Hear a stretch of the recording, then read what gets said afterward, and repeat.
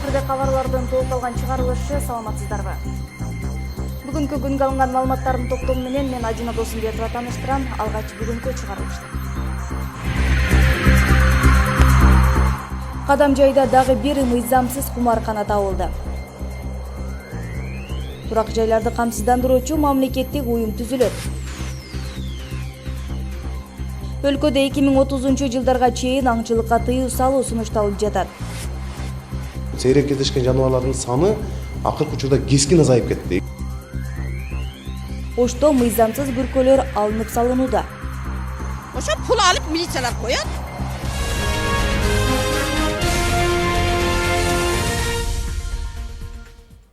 Баткендин Кадамжай районунун борборундагы базардын жанында мыйзамсыз иштеп жаткан Рослото кумарканасы табылды. Бул тууралуу экономикалык кылмыштарга каршы күрөш башкармалыгы кабарлады. Ыкчам иликтөө иштеринин натыйжасында Рослото жайгашкан имараттан оюн карталары, лотерея үчүн ылайыкташкан идиш жана акча каражаттары табылган. Бул боюнча кылмыш иши ачылып, иликтөө башталды. Жакында эле атылган райондон ушундай 2 кумаркана аныкталган болчу. Кыргызстанда 2012-жылдын 1-январынан тарта казиного тыюу салынган, 2015-жылдын апрелинен тарта тотализатордук жана букмекердик кеңселерди иштетүүгө да мыйзам менен бөгөт коюлган. Үстүбүздөгү жылдын 19-январында Жалал Абад облусунун Ташкөмүр шаарында Ман өлкөсүндөгү жүк ташуучу унаа белгисиз адамдар тарабынан уурдалган. Милиция кызматкерлери ыкчам иликтөө иш-аракеттерин жүргүзүп, натыйжада автоунааны уурдоого шектелген жаран кармалды.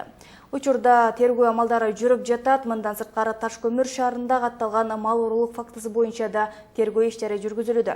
Кылмышка шектүү жаран убактылуу кармоо жайында. Эске сала кетсек, 2016-жылдын 11-январынан 12-январына караган түнү Ташкөмүр шаарында бир баш уйду белгисиз жарандар уурдап кетишкен. Түнкү саат 2:30 чамасында сеткасы зымтордо экен, короосу зымтордун зымын чечип, сындырып кирип барып уйду сарайдын жанында эгенчек бар экен, эгенчектин ашына кирип сарайдын эшигин ачып уйду жетилип койногон жерин торпоо менен жетилип туруп алып чыгып жетилип сайдоочтарга чыгып алышып кеткен. Ман машинаны айнегин жарып айдап кеткен. Ээси билбейт, сураган эмесмин. 2030-жылга чейин өлкө ичинде аңчылык кылууга тыюу салынышы мүмкүн. Сунушталып жаткан мыйзам долбоорго ылайык өз алдынча ууга чыккан жарандар 3 жылдан 5 жылга чейин эркинен ажыратылат. Эгер долбоор колдоо таба турган болсо, коргоого алынган жаныбарларды сактоого толук шарт түзүлөрүн демилгечилер белгилешүүдө. Анткени акыркы жылдары мыйзамсыз аңчылык кылгандарга карата коомчулуктун кыжырдануусу пайда болуп, бергенчиликтин айынан жаныбарлар азайып баратат. Бирок аңчылар көтөрүлгөн демилгеге каршы чыгышууда. Темага кабарчыбыз Эрмек Муратбек уулу токтолот. Аңчылык кылууга тыюу салуу тууралуу мыйзам долбоор учурда коомдук талкууга коюлду. Эгерде кабыл алынып калса, анда 2030-жылга чейин өлкө аймагында ууга чыккандар жоопкерчиликке тартылат. Мыйзамдын демилгечисинин айтымында бул долбоор учур талабы. Жаныбарларды коргоо боюнча ар кандай жарандык коомдордон кайрылуулар түштү. Ошого бир мыйзам керек. Чектебесек болбойт. Сейрек кездешкен жаныбарлардын саны акыркы учурда кескин азайып кетти. Эгер мындай темп менен кете турган болсок, бизде жакынкы жылдары аркар кылжа, илбирис, аюу көп, улар көптөгөн жаныбарларыбыз таптакыр калбай калышы мүмкүн депчи. Эгер мыйзам долбоор колдоо тапса, коргоого алынган жаныбарларды сактап калуу мүмкүнчүлүгү түзүлөт. Акыркы жылдары мергенчиликтин айынан сейрек кездешүүчү жаныбарлар азайып баратат. Мыйзамсыз аңчылыкка бөгөт коюу боюнча биз инспекция иш алып барабыз. Бир 6 фактылар аныкталган. Бир фактысы боюнча ошо тергөө органдарына берилип, уже соттун чечими чыгып, административный чаралар, штрафтар төлөндү да. Кыргызстанда аңчылык коомдору бар. Алар атайын уруксат кагазынын негизинде гана мергенчилик кылышат. Ал үчүн мамлекетке каражат да төгүшөт. Бирок аңчылар өлкө казынасына киреше кирип жаткан учурда мындай мыйзам долбоордун сунушталышы туура эмес дешет. 30-жылга чейин жабылып калсанда мен ойлойм, бул туура эмес деп эле эсептейм да. Эми бүгүнкү күндө бюджетибиз и так эле мындай начар болуп атпайбы, туурабы? Анан бул азыраак болсо деле пайда түшөт. Мен ойлойм, азыркы күндө бардык эле адамдар билимдүү, илимдүү, менишинче жашап Мисалы үчүн шунчалык эле жаратылыш немесине жырткычылыктын көрсөткөн адамдарды көрө элекмин. Ал эми аңчылык кылуу үчүн атайын лицензия алыш керек болсо, азыркы учурда мыйзамсыз ууга чыккандар көп. Бирок тиешелүү адистердин айтымында, Кыргызстандагы мергенчилердин казынага жарытарлык деле киреше алып келбейт. 737.600 сом айып жана доо коюлган. Анын ичинен 46.600 сом айып коюлуп, анын 43.600 сому мамлекетке төгүлгөн. Жакынкы айларда аталган мыйзам долбоор биринчи окууга коюлат. Эгер эл өкүлдөрү колдоп бере турган болсо, өкмөткө жиберилет. Анда да колдоо тапса, өлкөдө 2030-жылга чейин аңчылык кылууга тыюу салынмакчы. Эрмек Муратбек уулу, Айбек Беделбеков, Ынтымак. Буга чейин Ысык көлдө ак илбирсти атканы үчүн чет элдик жаранга 500 000 сом айып салынган эле. Эрмек, айтсаңыз, сунушталып жаткан долбоор кабыл алынса, өз билемди кылган мергенчилерге кандай чара көрүлөт экен? Чоң рахмат, Адина. Азыркы учурда иштеп жаткан мыйзам боюнча өз алдынча аңчылык кылгандарга же болбосо атууга тыюу салынган жаныбарларды аткандарга акчалай айып пул салынат экен. Ал эми жаңы иштелип жаткан, сунушталып жаткан мыйзам боюнча мындай өз алдынча аңчылык кылган жарандарга айып пулдун ордуна 3 жылдан 5 жылга чейин эркинен ажыратуу каралган. Сөз сизде, Адина. Рахмат, Эрмек. Берүүбүздү башка жаңылыктар менен улантабыз. Турак жайларды камсыздандыруучу мамлекеттик уюм түзүлөт. Анын уставдык капиталы 50 миллион сом болорун өкмөттүн маалымат катчысы Бакыт Асанов билдирди. Учурда мамлекеттик камсыздандыруу уюмун түзүү боюнча бардык иштер аткарылып бүттү. Мамлекеттик каттоо кызматынын маалыматы боюнча республикада 295 000 батир, 847 000ден ашуун жер үй жана 3 000ден ашык барак үлгүсүндөгү үйлөр бар. Шаарлардагы үйлөр жана квартираларды камсыздоо үчүн жылына 1200 сом, айылдарда 600 сомдон төлөнөт. Камсыздандырылган үйлөргө табият кырсыгынан өрттөн зыян тарткан учурда 500 000 сом төлөнүп берилери кабарланган. Ош шаарында мыйзамсыз курулуштарды алып салуу иши жүрүп жатат. Бүгүн жергиликтүү бийлик өкүлдөрү жана тиешелүү кызматтар Борбордук базардагы мыйзамсыз соода күркөлөрүн сүрдүрүштү. Уруксатсыз жайгашканын моюнга алган күркө ээлери да каршылык көрсөтө алышкан жок. Кененирээк кезектеги сюжетте. Ош шаарын иретке келтирүү боюнча канчалаган аракеттер көрүлгөнүнө карабай, баш аламандык жоюлбай келет. Мындай көрүнүш өзгөчө Борбордук базарда орун алган. Бүгүн кала бийлиги уруксатсыз жайгашкан соодагерлерди текшерип, мыйзамсыз күркөлөр алынды. Соодагерлер эч жерден уруксаты жок эле күркөлөрдү бекем жайгаштырып алышкан. Алар бүгүнкү рейдте техниканын жардамы менен алынды.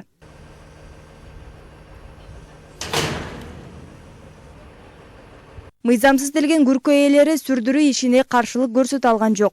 Ал арада базар ичинде олтурган соодагерлер нааразы болуп чыгышты. Алар мындай рейдтер базарды иретке келтирүүгө жардам бербейт деген пикирде. Алып келгиле дедим го, кана, ким берди? Sen 10 günden değil. Hiç kim aytpay, özün жалгыз келдin. Ularınızda aytıp koyup, mesela çoğul koyup da kalırsa.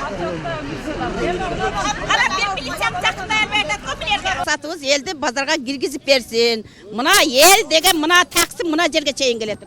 Şunday. Mınağı büt bazar, alma bazar. İşini menen tapsan bolot da başında bizde aydagan budan 2 жыл murun çörese sonun bolup kalgan köçö. Mına arçalar sındı hazır. Trotuardın bardığına kadın bir de bazar bolup ket. Oşo pul alıp milisiyalar koyat. Bular geteri менен жарым сааттан кийин чыгат. Bular bir-birini защита кылып атпайбы? Мындай маалыматты Сулайман Тоо милиция бөлүмүнүн башчысы төгүндөдү. Анын айтымында милиция кызматкерлери Борбордук базардагы баш аламандык менен ар күнү күрөшүп келет. 8 разот болот. Бул жерге 6 маршрут бөлүнөт. Ушул именно Карай суу көчөсүнө. 2 аймакта тез көчү бар. 6 маршрут ППСтен. Күндөлө карашат, күндөлө эми эл экен, базар экен көп. Бул түйүндү мына түндөсү келип койгон. Бир түндө келип койгон, мына эртеңинен келип алып атышат. Биздин органдар тоже иштеп атышат бул боюнча, өз убагында ыкчам иштерди алып барып жатат. Бүгүнкү рейдтин алкагында алым салынган күркөлөрдүн саны 10дон ашты. Базарды иретке келтирүү аракетине шаар тургундары да ыраазы болуп жатышты. Тазалансын. Себеби дегенде мына пробка көп болот. Анан кийин тиги тазалык болбосо болбойт да. Эң жакшы болот, таза болот бир жагы. Элдер кеңири жүрсүн да. Качанга чейин баягы бебечерек окшоп бири-бирине ынтылып жашаган туура эмес. Кирсең чоң базар турат, Кудай берген. Элдин баары эми ошол мыйзам чегинде көнсө жакшы эле. Алынса, бизде дагы тартип орносо баарыбызга эле жакшы. Иретке келтирүү аракеттери базардагы баш аламандыкка карап жүргүзүлөт. Ал үчүн мэриянын өкүлдөрү, шаардык архитектура башкармалыгы, экологиялык техникалык коопсуздук инспекциясы иш аракеттерди көрүшөт. Бергиле кетсек, каладагы жол тыгынын базар ичиндеги баш аламандыкты жоюу үчүн автобекет шаар четине жылдырылган. Адина Досумбетова, Зайыр Абдукеримов, Ынтымак. Бүгүн жогорку кеңештин депутаттары Жанар Акаев жана Абдубахап Нурбаев Ош шаарынын тургундары менен жолугуп, алардын көйгөйлөрүн укту. Шаардыктардын көбүрөөк социалдык маселелер, үйлөрдө жана автоунааларды милдеттүү камсыздандыруу жөнүндөгү суроолор кызыктырды. Эл өкүлдөрү милдеттүү камсыздандыруунун мөөнөтүн жылдыруу аракеттери көрүлгөнүн, анын натыйжасында 2 жыл узартылганын айтышты. Социалдык көйгөйлөр боюнча депутаттар карап чыгып, чечүү жолдору көрүлөрүн билдиришти. Чечилүү жолдорун биз жергиликтүү кеңеш аркылуу чечиле турган бул жакка сунуш кагаз жүзүндө жазып беребиз. Сунуштарын анткени ошол эле жол маселелери, ошол баягы бала бакча курулуштары да жергиликтүү кеңеш аркылуу бул мэрия аркылуу чечсе болот да. Анткени акыркы 2 жылда эле Ош шаарында 5 бала бакча курулду, анан буну дагы уланта бериш керек. Быйыл Жалал Абад облусунун ар бир айыл өкмөтүндө 2ден кем эмес күнөскана ачылат. Бул маалымат облусу бийлигинин жыл жыйынтыгын чыгарган коллегиясында айтылды. Мындан сырткары планды толук аткарбаган район шаар жетекчилерине эскертүүлөр берилди. Ошондой эле 2016 жылга жетекчилер тиешелүү тапшырмаларды алышты. Коллегияда дагы эмнелер айтылды, Кылымжан Азамат кызы баяндайт.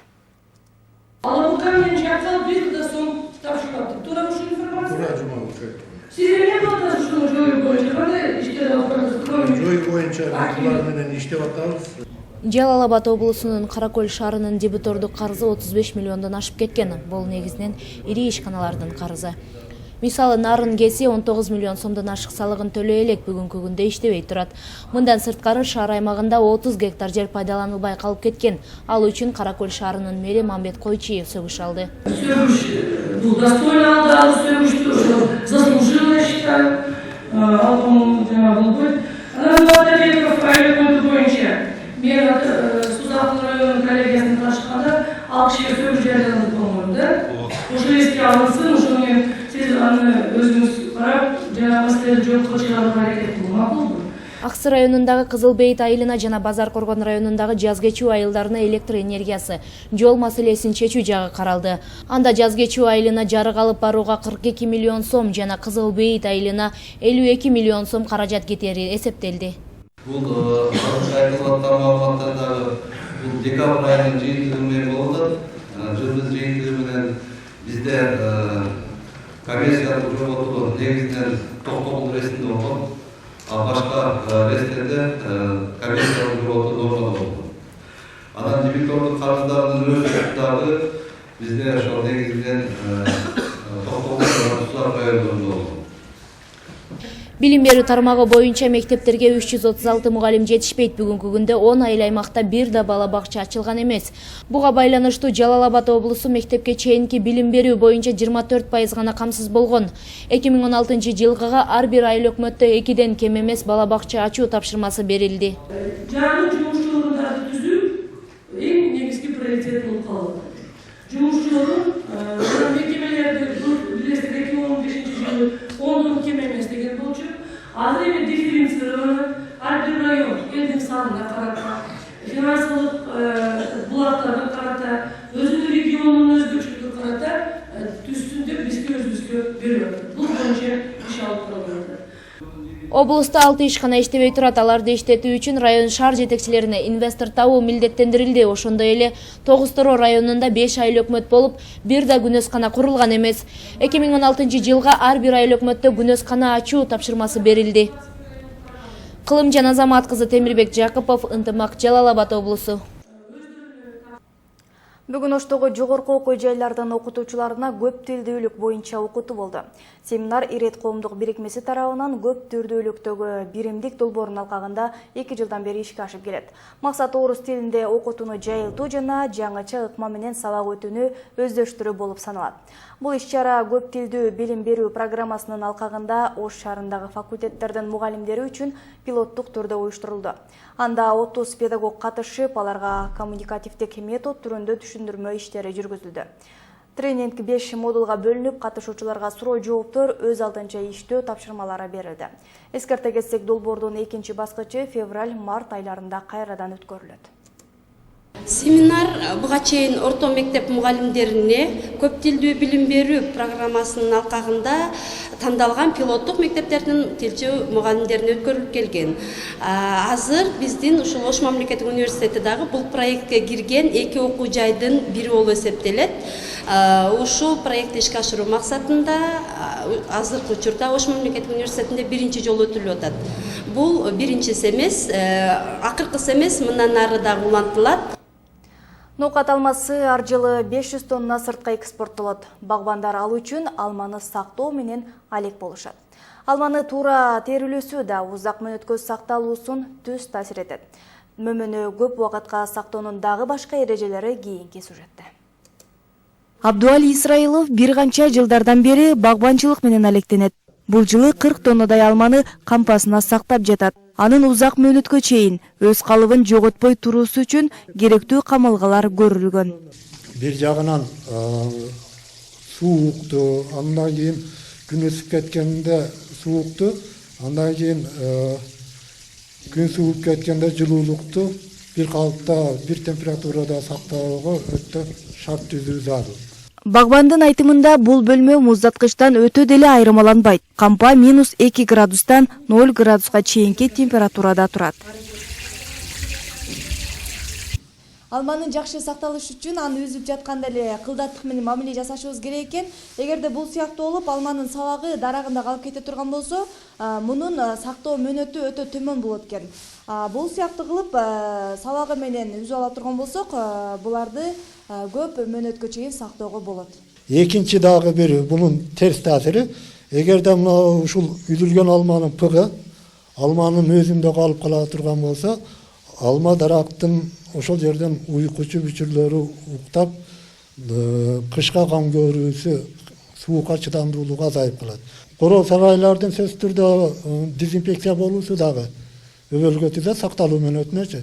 Эгерде короо сарайлары мурда көп жылдан бeri алма сакталып ошол жерде чириктер болсо, алардын споралары бар боло турган болсо, ал бир айдын ичинде чирип калуу ыктымалы бар. Ал эми бул болсо, бул жерден эч кандай неме жок. Мындайча айтканда жабыркоо жок. Бул калаган мөөнөткө чейин белгилүү бир температурада сактаса көпкө чыдайт.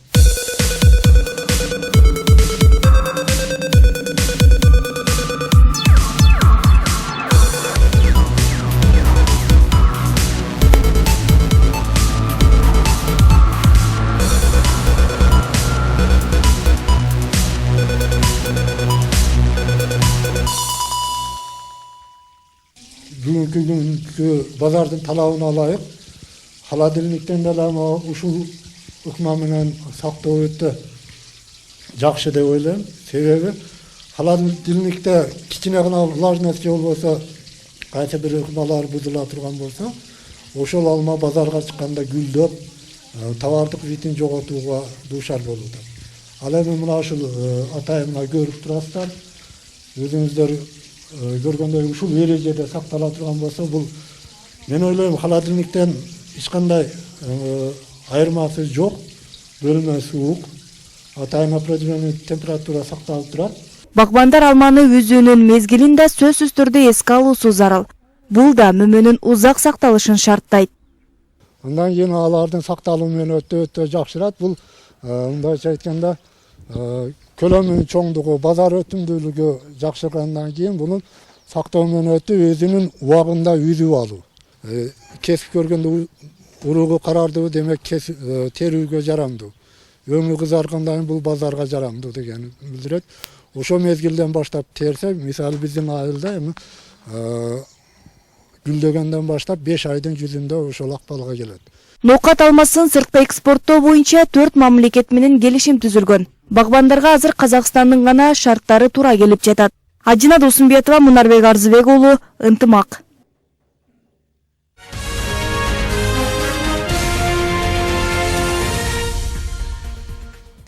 Чыгарылышыбызды дүйнөлүк жаңылыктар улантат.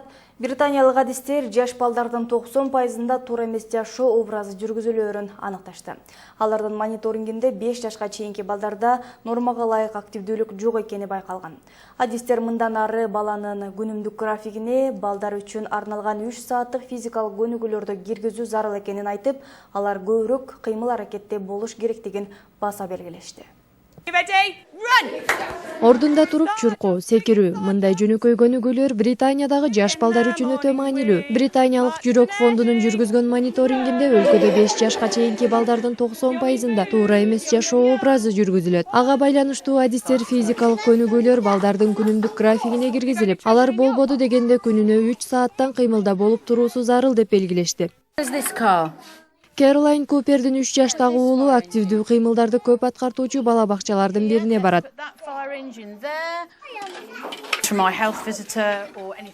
Балдар канчалык көп кыймылда болсо жакшы да. Ага катар күнүнө витаминдүү мөмө жемиштер жана таза абалда сейилдетүү бала үчүн эң пайдалуу нерсе. Бала бакчанын жетекчиси бир жума толук иштеген ата-энелер үчүн балага көңүл буруу жөнөкөй эмес деп билдирет. Ата-эне эртеден кечке жумушта, балдар мында болушат. Жуманын аягында алар өз балдарына көңүл буруп, сүрөт тартууга же болбосо китеп окууга үйрөтүүдө бала үчүн маанилүү. Адистер жаш балдардын активдүү кыймылда болуусу алардын аң сезиминин өсүүсүнө жана кан айлануусунун жакшыруусуна чоң өбөлгө түзөт деп белгилешет. Парижде өткөн мода жумалыгында ливандык белгилүү модельер Эли Саап өзгөчө коллекциясын тартуулады. Ал башкалардан айырмаланып, Индия жана Британия маданиятын бириктирген. Саап жараткан коллекциясын Индия ааламын ачкан айымга арналат деп билдирди. Анда индиялык аялдардын сари сыяктуу кийимдери британиялыктарга таандык жасалгалар менен толукталган.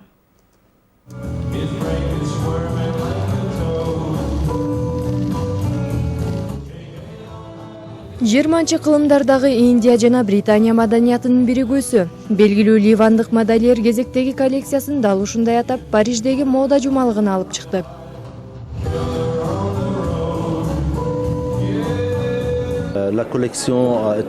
Бул коллекция өзүнө Индия ааламын жараткан британиялык айымга арналган. Мында индиялыктардын сари сыяктуу деталдары каралып, коллекциянын өзгөчөлүгүн да ушулар түзөт.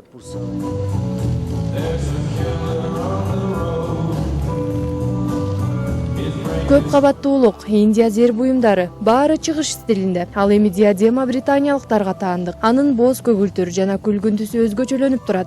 Ага катар Саап бул ирет көпчүлүк көнүп калган Назик хан бийкенин образынан алыс болду. Жапыз тамандуу бут кийимдер, рюкзак жана баш кийим, бет жасалгалары да нейтралдуу. А бул болсо Сааптын салтка айланган той көйнөктөрүнүн көргөзмөсү. Бул ирет мода жаатына бир аз өзгөчөлүк киргизгибиз келди. Мында биз саякаттоочу аялдын образын чагылдырганы аракет кылдык.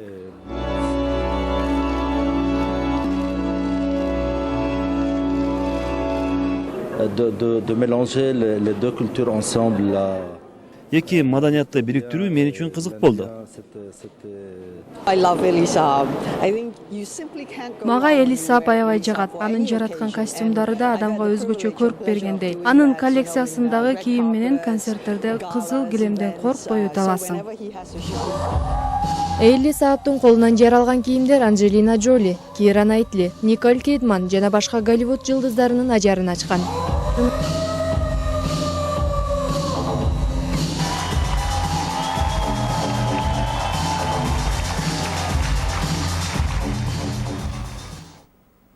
Эми кезек спорт жаңылыктарында аны менен кесиптешим Жолдубай Айткулов кененирээк тааныштырсын.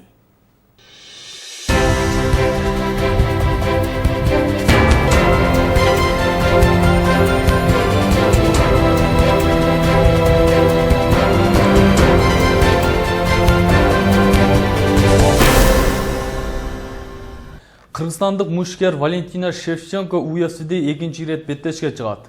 Ал эми Кыргызстандын футзал боюнча курама командасы Москвага жөнөп кетти. Ушул жана башка кабарлар менен кененирээк таанышып алыңыздар. Муайтай боюнча 11 ирет, кикбокс боюнча 3 жолку, ММА'да болсо 2 жолку дүйнө чемпиону аталган кыргызстандык Валентина Шевченко 5 мартта Американын Лас-Вегас шаарында бразилиялык Аманда Мунез менен беттешти. Аманда УФЦ'де 11 ирет беттешке чыгып, 7 жолу жеңилип, 4 жолу уткан. Ал эми Шевченко болгону 1 жолу өткөн жылы 20-декабрда канадалык Сара Кауфман үстүнөн жеңишке жеткен эле. Ошондой эле бул турнирде эркектер да беттешке чыгат. Эң кызыктуу беттеш бразилиялык Рафаэль дос Анос менен ирландиялык Конор Макгрегор ортосунда болоору айтылууда. 10 февралда Ташкентте өтүүчү футзал боюнча Азия чемпионатына даярдоонун максатында Кыргызстан командасы Москвага экинчи ирет учуп кетти. Алар Динамо клубунун базасында машыгууларын өткөрүп жатат. Команда 6 февралга чейин Москвада болуп, 2 жолдоштук беттеш өткөрүп, анан Ташкентке учуп кетет. Командабыз 1 ай мурун Москвада Орусиянын клубтары менен 3 жолдоштук беттеш өткөргөн эле. Эске салсак, Азия чемпионатына 16 өлкө катышат. Кыргызстан А тобунда Өзбекстан, Ливан жана Сауд Арабия менен беттешет. Эми эл аралык жаңылыктардан Австралиянын Мелбурн шаарында теннис боюнча Австралия ачык турниринин 12-күнү жыйынтыкталды. Кече Мелбурн шаарында өтүп жаткан теннис боюнча Австралия ачык турниринин жарым финал оюндары болуп өттү. Анда кыз келиндер арасында германиялык Анджелина Кербер венгриялык Йокан Ханта үстүнөн 7-5, 6-2 эсебинде жеңип финалга чыкса, америкалык Серина Уильямс белорусиялык Агнешка Радванскаяны жеңип финалга чыкты. Эртең Анджелика Кербер менен Серина Уильямс биринчи орун үчүн беттешет. Ал эми эркектерден чейрек финалда 2 беттеш болду. Анда Новак Джокович Роджер Федерер жеңсе, Милош Ронич Энди Мойер үстүнөн жеңишке жетип, жарым финалга чыкты. Бүгүн да чейрек финалда 2 беттеш болот. Сиздер ынтымактагы спорт кабарлары менен тааныштыңыздар. Аны менен мен Жолдубай Айткулов болдум. Сак саламатта калыңыздар.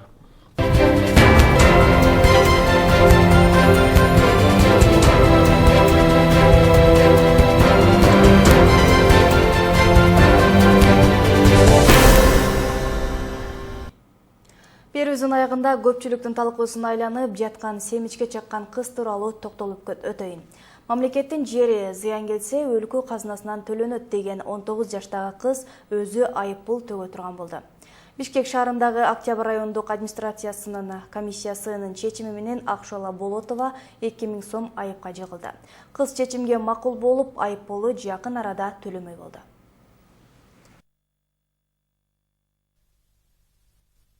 Bas. Kızlar vakti çok geçirsin. Коомдук жерлерде тазалыкты сактоо ар бирибизге таандык экенин унутпайлы. Программабыз ынтымак Чекиткейжи сайтына дагы жайгаштырылат. Кызыктуу маалыматтарды, түрдүү жаңылыктарды ынтымактын сайтынан дагы окуп, онлайн режиминде көрсөңүздөр болот.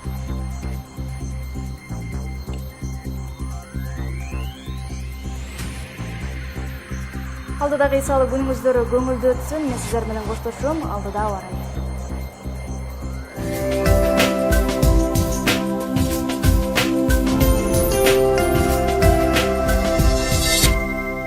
Кыргыз гидрометинин берген маалыматы боюнча 30 январда мезгил менен кар жаап, жолдор тоңголок тайгак болушу күтүлөт. Абанын температурасы Чүй облусунда түнкүсүн -4, -9 градуска чейин, ал эми күндүзү -5 градус төмөндөйт. Талас облусунда түнкүсүн -8, -13 градус, күндүзү -5 градус суук. Ысык Көл облусунда түнкүсүн -18 градус суук болуп, күндүзү 2 градус нөлдөн жогору. Нарын облусунда түнкүсүн -13, -18 градус, ал эми күндүзү -11 градус суук. Баткен облусунда түнкүсүн -8 градус төмөндөп, күндүзү 2 градус жылуу болот.